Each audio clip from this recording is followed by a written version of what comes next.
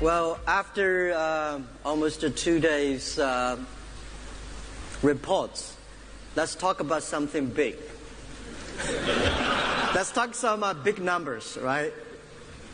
I think you get tired of all these detail today, what we've been doing in this. Because when I talk about the future, when I talk about the big numbers, everybody's scared in the company. They say, no more big numbers. But I've been keeping on doing for 18 years, and I think the day, as long as I'm alive, I'm always talking about the future. In the past 5 years, I tried to learn to be a chairman. And I think as a chairman of the company, I promised the Daniel and Joe that I will focus on 3 issues. First, I tried making sure that this company is a vision-driven strategy company. It's a vision-driven company. I hate that Alibaba IPO'd and every day we worry about next quarter, the quarter after next. And this is no good. I hate about that. I'm happy to be on the board, joined some board many years ago. Some big multinational companies I joined there. And when they make decisions, they worry about making decisions for the future. Everybody only care for next quarter. And they buy company, merge company just for next quarter. So I hate that. So I say, the day when we IPO'd, we have to be making sure that this company in the next 84 years should always be a vision-driven company. And the second is, as a chairman, I should making sure the company should have a healthy culture and great people. So this is the second job as a chairman I should have. And the third, before I retire as a chairman, I retired as the CEO 5 years ago. Before I retired the chairman of the CEO, I tried my best to build a healthy ecosystem for this company to survive. So these are the 3 jobs that I took as the chairman, and I learned how to do that job better. And when I talked to the investors, I said that Joe was scared, and all the team, the financial team, say scared. Because I said, I'm not scared. I remember that 18 years ago, Joe and I went to Silicon Valley. We talked to over 30 venture capitalists. We said we want to be one of the top internet companies in the world.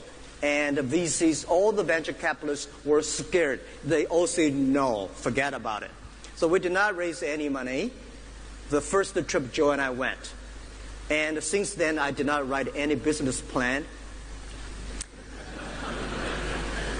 And then, it was brief. At that time, Alibaba.com ranking like a couple of 100 million names behind. So we want to be top 10 sites. Everybody thought we were crazy. The second time I remember, 15 years, it's like year 2003 when we just break even. We started to compete with eBay. Joe and I went to Los Angeles. And I talked to many big PEs. And when I talk about we will move to C2C, we will go to the consumer market, we'll compete with eBay. The investors at that time were also scared. No, you have no chance to win eBay because C2C market in China has no chance. eBay already taken 90% of the market share. And 3 years ago, when we listed in New York, and I said we will raise a little bit of money, $20 billion, people thought it was a joke. But now, I think we need more money for the future. And I think compared to the future, Alibaba is still a baby. If you say in the past 18 years, we were amazing, I think we were amazing. We were so lucky. We're one of the luckiest company in the world. We are in a wonderful industry, internet, and we are in a wonderful country like China. We got so many supports from our colleagues and great team and all the things. So we're lucky. But this company the vision is to last 102 years.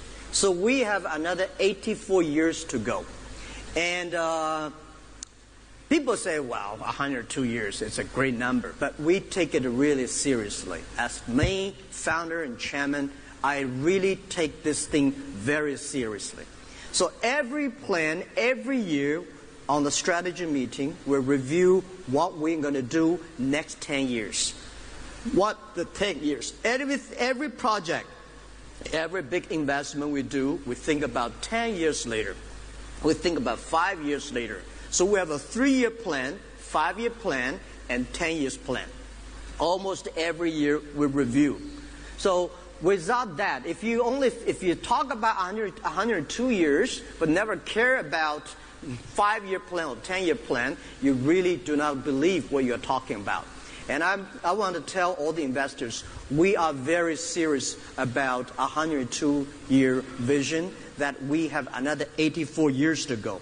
So compared to the future, our market cap, of course, I think I'm happy about that. But don't compare to the others. If you compare to Amazon, I'm not happy about that. But if you compare to the future, we are still a small company, a very young company. At 18 years old, we are growing to that size, but we're still a baby thinking inside. So what we want to do in the future, we want to be the 21st century, a globalized company. And I would say the first technology revolution had a business model called a factory. The second technology revolution called, there's a business model called company. So what will be the data time, the internet time in the 21st century? What will be the best business model for this century? We think about is something called like a platformed business. So we are lucky 15 years ago, or we start to move our company from a normal, like a website, to a platform-like. And I think the other thing is that whether you're a big company or a great company, not depends on what kind of opportunity you catch. Most of the companies in China, they're always waiting for opportunity. If there's a good opportunity to catch it, they become a good company. When they miss some opportunities, they're gone. In China, a couple of years ago, there was a very popular saying that 如果你碰上了风口，是的猪也会飞起来 right? If you're a pig, right? Even if you're lucky, happen to be on on the wing, some drill you will fly. A pig will fly. But if the wing goes, the pig will die. So I think that it's not about what kind of opportunities you grasp. It's about what kind of value you create for the future. What kind of problems you solve for the world. The big problem you solve for the world, the big company will be. The great problem you solve for the world, the great company you will be. So Alibaba think about one thing, that what kind of problems we can solve for the world in next 10, 20 years. If we are able, we can figure out the problem in 10, 20 years, what are the problems? Then we start to prepare now. Then we'll be big. So we think we are a company in Hangzhou. We're not a company in New York. We're not a company in Silicon Valley. We're not a company in Beijing, Shanghai. We're a company in Hangzhou. As a Hangzhou company, the way we compete with the others is that how we judge for the future. That's the competition we have. So we believe the future will like this, and we spend all the resources going that. And we believe this will be the world problem. If we can solve that problem, we'll be great. That's the way we think about how we lead our future. So today, e-commerce, cloud computing, and whatever business we have, all designed it but 10 years ago, 15 years ago. So people say, you're great today. No, I think we're not great today. We were great 10 years ago. 10 years ago, we believed this thing will happen. 15 years ago, we believed this thing will happen. 8 years ago, we believed cloud computing, big data will come. So we start to make decisions 8, 15, and 10 years ago. And then we put all the resources, all the talents, everything just to focus on. So I said to many the entrepreneurs, if there are 9 rabbits on the ground, if you want to catch one rabbit, you should not change the rabbit. You should change yourself. Just stick to one rabbit. That's the way to do it. So we had our vision 10, 15 years ago. We know this is where we want to go, and we'll do anything, change ourselves to be sure that we catch that rabbit. So we think globalization, anti-globalization, anti-trade, and trade protection is a problem. It's going to be a big problem in the future. So how we can help globalize? We think globalization is a great thing. And how, but it's only like 20, 30 years. In the past 20, 30 years, globalization helped a lot of developed countries, helped a lot of big companies. So in the past 30 years, globalization, global trade was controlled by 60,000 big companies, and which make rich company richer, big company bigger, and small companies, small countries, SMEs, all in trouble. And the young people didn't have a chance. So we think about, if we can make globalization, international trade, cross-border trade more inclusive, making sure every small business has the chance, making sure every young people has the chance, that we can solve a lot of problems. People worry about the jobs because the new technology will take away a lot of jobs. But we think if we can make globalization more inclusive, then we can create more jobs. If a small business, you can only sell your products to your neighbors in your county. What if you can sell products across the ocean, across the country to the others? That might be a great solution for the job creation and a great solution for today's problems. So that is why we've been focused, we believe that we can do something for globalized trade, for globalization. We were helping not 60,000 big companies. We can help 6 million or 60 million small business that they can sell and buy cross-border. This is what we want to do. And the second thing is that the world economy has never been sustainable. How can we make our technology to enable the global trade, global business to be more sustainable? And meanwhile, how we can make business people and people of the next generation happy and healthier. So these are the three values, three problems that we want to solve. The world is not globalization, people don't like it, but we think we should make it inclusive. We should make global business more sustainable. We should make the people in the future are more happy and healthier. So these are three problems, and these are three values we want to create. So in this way, that we definitely want to be a company that can help globalization. So e-commerce will be the best solution.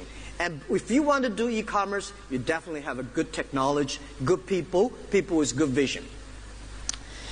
5 years ago, when when the Taobao Tmall GMV just crossed 170 billion US dollars GMV, which is 1 trillion RMB, I had a crazy idea. I say, what if we can make a 1 trillion US dollars by the 20-year anniversary of Alibaba? That is year 2019. Because we were born in 1999.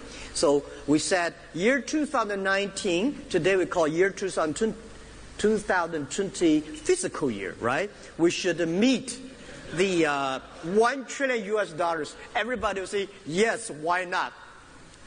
But I hate the exchange rate. We never put that in the account. So at that time it's like $1 is like 6 RMB, but now like $1 close to 7. So we need to have 1 trillion RMB gap, which is not easy. But I'm happy about Daniel said, target is a target, KPI is a KPI. Let's do it. If we do in a normal way, we will never meet it. So the next 3 years, our small target is go cross 1 trillion US dollars. 1 trillion US dollars. Nobody, no company in the whole world in the last 100 years, people can imagine any company can do it. We have to do in a very innovative way. We have to make it happen. But if we cannot make it happen, we'll be in trouble. The trouble is that we got a big goal, that is in year 2036, we will be a company that can serve 2 billion populations, 2 billion consumers We want to be a company that can create 100 million jobs for the world. We want to be a company that can support 10 million profitable business on the Alibaba platform. So what is that? If a company can serve 2 billion consumers, that is 1/3 of the total population of the world. If the company can create 100 million jobs, this is probably bigger than any government, most of government can do. And if your company can support 10 million profitable business on its platform, this is called economy. Today, Alibaba's GMV, it's just commerce rise. Alibaba GMV is ranking 22nd economy of the world. We are just behind Argentina, right? But I think when we cross $1 trillion, we are sort of ranking 17 or 16. But in year 2036, if we can make a 2 billion and 100 million and 10 million, we will be ranking number 5 economy of the world. What does number 5 mean? Number 1, I don't know, China or USA. If just say USA, China, Europe, maybe Japan, and us. Well, people say this is too big. It costs nothing to imagine, right? If you even do not dare to vision it, if you do not think about it. So 18 years ago, when 18 people in my apartment, we all together less than $50,000, we start to think that one day we will be the top 10 website of the world. We were brave at that time. Today, we have 55,000 people. We have a lot of money. We have a lot of talents, technology, data. We have a lot of users, or we have 500 million people already using our services. Why not think about it big? Of course, we do not own that economy. The 5th largest economy, we envision, we believe if Alibaba cannot do it, the other people will do it. So if we can work with other people, make this global new economy, it's based on internet. Using this economy, we were helping global buy, global sell, global pay, global logistic, and global travel. Today, many cities in China, you don't need to do anything. Just a mobile phone, you can travel all around the world. We believe in a couple of years, when you have a passport and mobile phone, you can travel all around the world. And 5 years later, you don't need a passport maybe. Just a mobile phone or just your face recognition travel around the world based on your data. So this thing could happen. We have to open our mind and think about it. So this is what we want to do, that we will globalize the business. We will make globalization more inclusive. We will make everybody, if you have a mobile phone, at that time whether it's a mobile phone or not, if you have a gadget like a mobile phone, you can global buy anything you want. Because we hope, as a 10-year CEO must have told you, that in next 80 years, because this goal was put 2 years ago, anywhere in China you want buy things online, within 24 hours you will receive it. Anywhere in the world, if you order online, you will receive a product within 72 hours. I met a girl in Russia a few weeks ago, and she said, wow, AliExpress was great. I said, why is it great? She said, the speed was fantastic. I said, what do you mean by fantastic? She said, only 9 days I received my products. Remember, 2 years ago, it took almost 2 months and a half for a Russian girl to receive a product from China to Russia through AliExpress. 9 days for them is like a rocket. But we will make it happen. anywhere in the world. For Chanyeol, I told the Chanyeol, the vision, one of the vision for Chanyeol is 24 hours anywhere in China. So Beijing faster, Shanghai faster, Guangzhou fast, to my standard, does not account. Tibet fast, Mongolian fast, Yunnan fast, Guizhou fast, that is called the speed. So we have to make a network first. When network is invested, is worked, the network effect comes, the speed is going to be speed up. So I would say globally we will build up a logistic network that within 72 hours, anywhere you order. So there's no big difference between you order things here from Mongolia, you order things from here to Argentina. 72 hours, so we have using technology, have to be creative, have to be connecting all the logistic and warehouses, all the companies, bring business to them, let them join the network. So this is something that we want to do. And we want any small business, they can go across the board. Today, most of the free trade zones of any countries, the free trade zone are designed for big companies. We are encouraging every government to build their free trade zone for small business. The big companies can go across the custom offices within 24 hours. For small business, maybe 7 weeks. So how we can encourage government, how we can encourage the policymakers, make globalization more inclusive, supporting millions and millions of small business can buy and sell across the board. This is called EWTP, not EWTO. EWTO is organization, very complicated. Platform is something we can work on.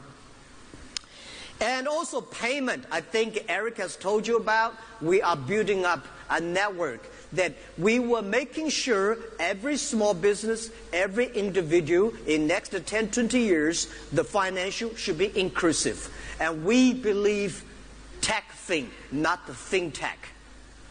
Right? Fintech is a financial institute try to improve their power.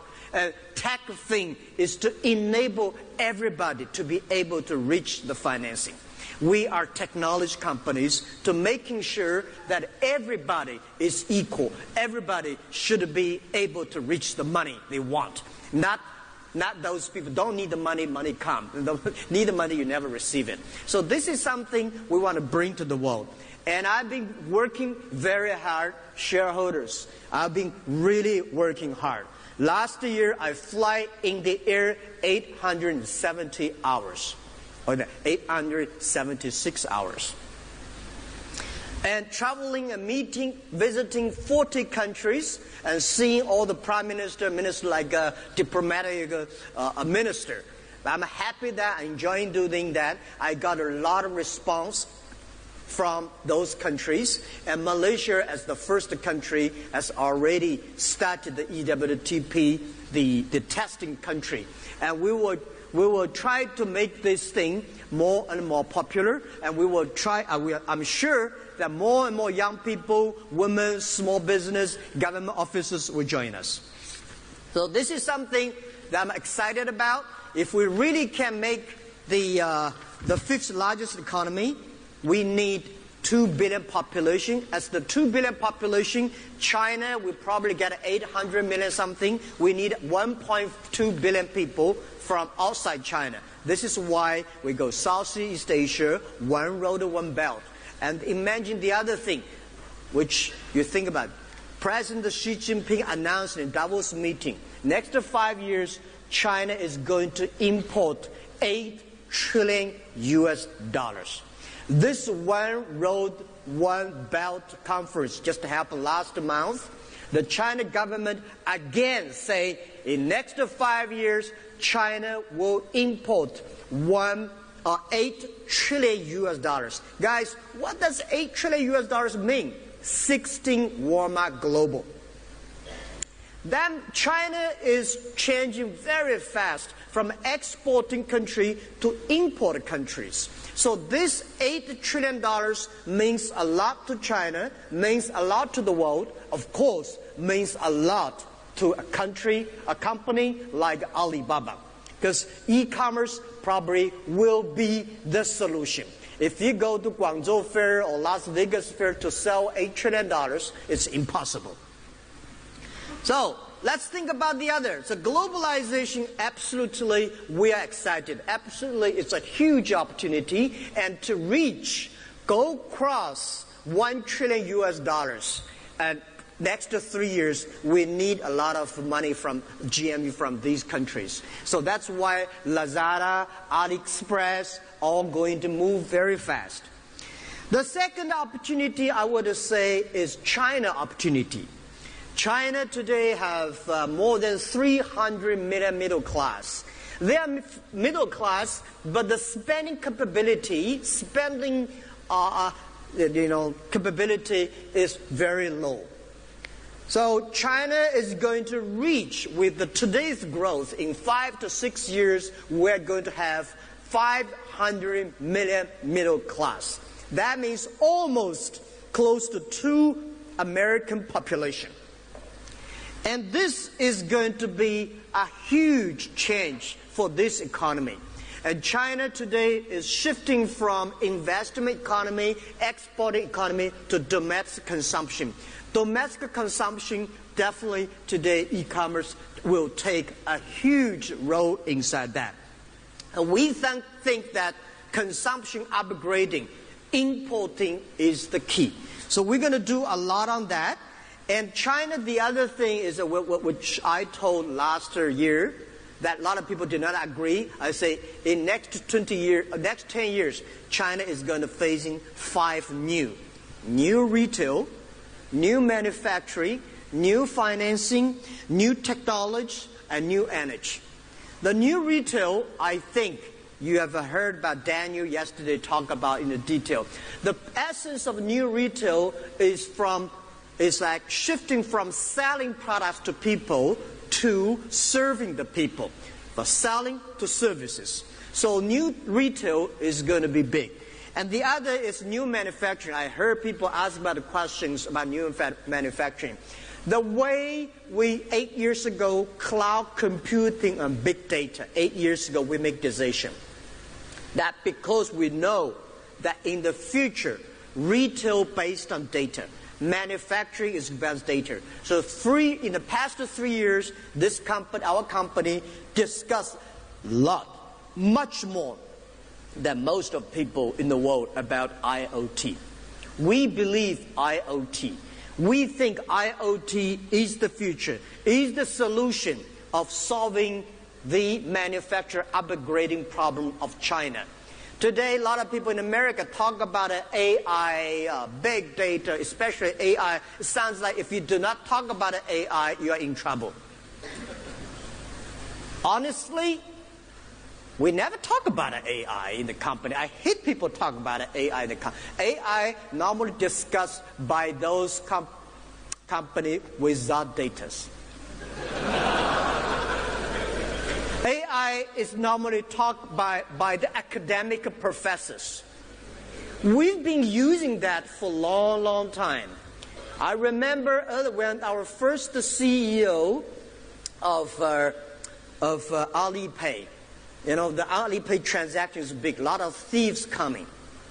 So in order to, because if we, like Alipay today's transactions amount, we need at least 2,000 policemen, maybe 20,000 policemen. You cannot catch all the bad guys. Because when you have such a large transaction, all the bad guys come. So we use machine learnings. We hired over, I think in our company, more than 200 policemen joined us. They are all the expert of criminal behaviors. So we teach computers to learn how to catch criminals. If you are a thief, a great thief can figure out 10 ways of stealing money. This is a great thief. Normally, a thief can only figure out 2 or 3 ways. But computer can learn 20,000 or 2 million ways. So when the thief will think he is so smart with the idea, the machine will say, I have seen this 100 times. So I think doing good things. To me, AI doing good things for the other people, normally irrational. I just love you. I like you. I do things without thinking. All the bad guys do bad things with logic. If you have a logic, AI can do better job than you are. So to my understanding, machine learning and artificial intelligence is the best way to arrest bad guys. We've been doing that on the e-commerce and Alipay for many years, and we never call it AI. And I think that the IoT is going to be big, because in the past years, machine all drink electricity. Next 20 years, machine will drink data. In the past 20 years, we make people like a machine, and next 20 years, we will make machine like a people. So this is going to be big.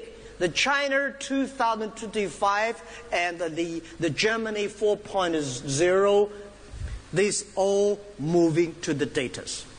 And new financing. New financing, I think Alipay has already, Ali Enter Financing already told about that. We are tech thing, we are not the fintech. Fintech is still old financing. Fintech is still try to control 2080. The 2080 is a specialty for China. The big banks, they serve 20% of the big companies, and they made 80% profit. For us, we want to do 80-20. We want to serve 80% of the small business, 80% of the consumers that never got a chance to reach the financing. We are happy about 20% profit. Joe, is that right?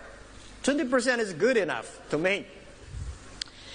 And also the new technology. We are moving faster on cloud computing. We are moving faster on the mobile technology. We also invest on the operating systems. And we are having a lot of, big vision. They're trying to be sure that Alibaba is a real high-tech company. I told the team, the real high company, Alibaba, should set a like a model is Google. People say, Robin is engineer. Pony is an engineer.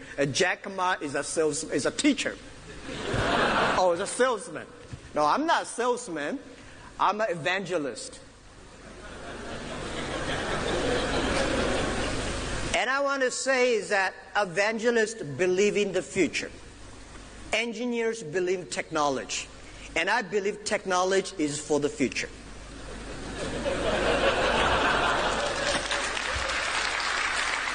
I may not be a good engineer. I'm not an engineer, but I respect engineers than most of the engineers. I respect them. I listen to them. I admire them.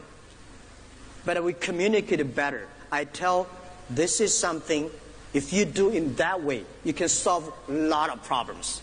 If you do this way, you can solve the engineer problems. And they love that. I work very well with all the engineers. One of the examples we did is Ali Cloud Computing. Dr. Wang Jie and I working perfectly. And most of engineers hate cloud computing 80 years ago because they think this thing does not work. And I believe this thing works. And I never bargain with engineers how to make things happening. But I tell this is the direction supposed to be. So we're lucky.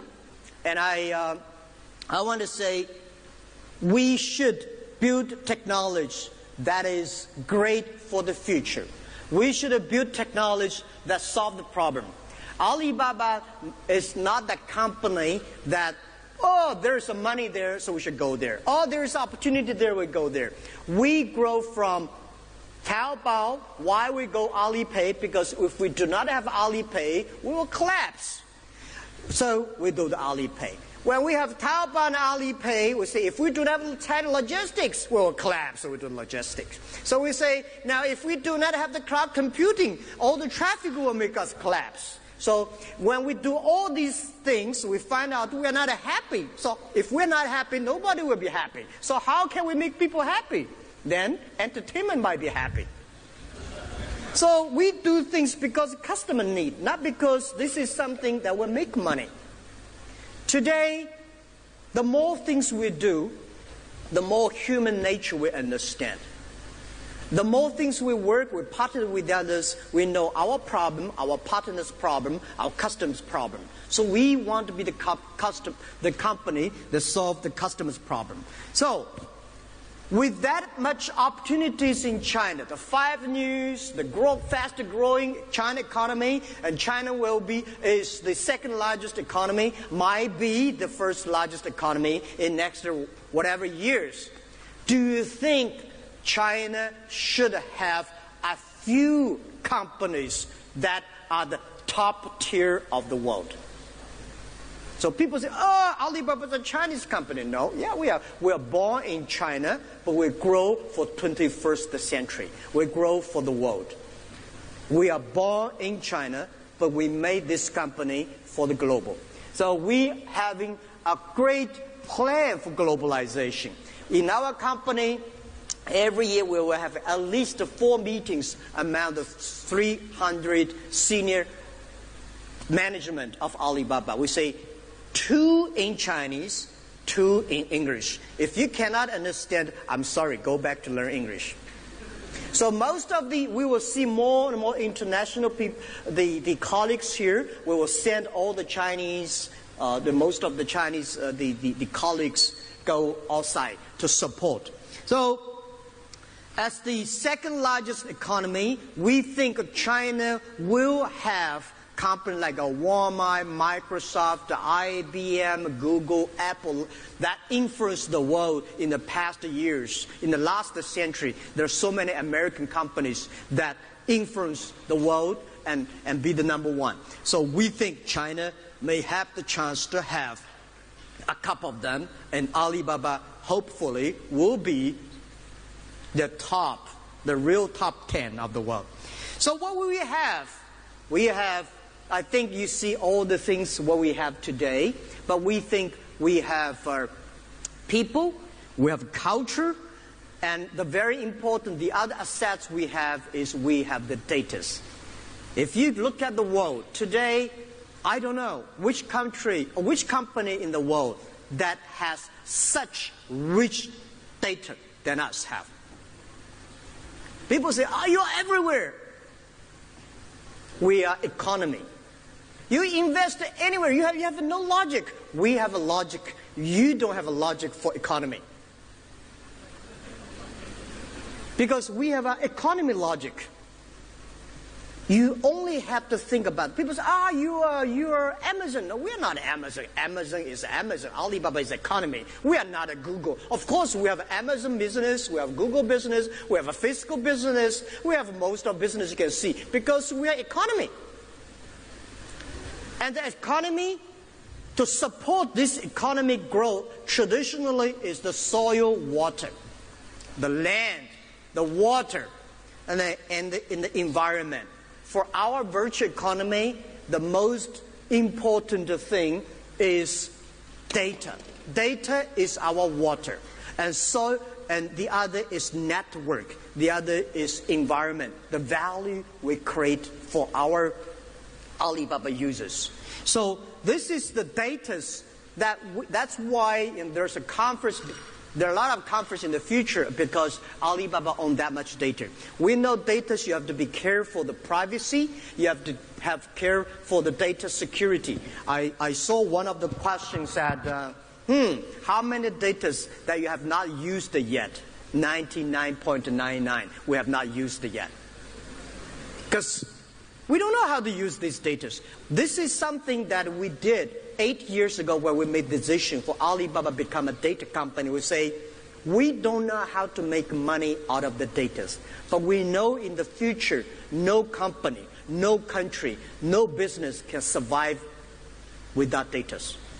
So we have to focus on data. Today, if we cannot figure out solving the problem of privacy and security, then we should not using data. The data is just to improve our business. And how, it's like when you conserve all the oils, what do you worry about? So we never worry about it. We have more data. And we will continue to making sure the data is good for society, for the globalization, to be more inclusive, sustainable, and happy and healthy. So that's it. That's something I want to say. We have data, we have a people, and great culture. And I would say the other things, I'm happy about the most powerful organization, the governing of the company. We are partnership driven. And our partnership are so different from the investors' partners and lawyers' partners. Joe probably can share next time about our partner system. So because the partner system culture, we guarantee that our company is a vision-driven strategy. We have to be vision-driven. We have to solve problems for the world. We have to create value for the customers. We have to be happy all the time. So that's it. That's what I want to say. And hope to see you again next year. And last year we have like 200 investors. This year we're like close to 400. We hope we can have 10,000 investors someday here.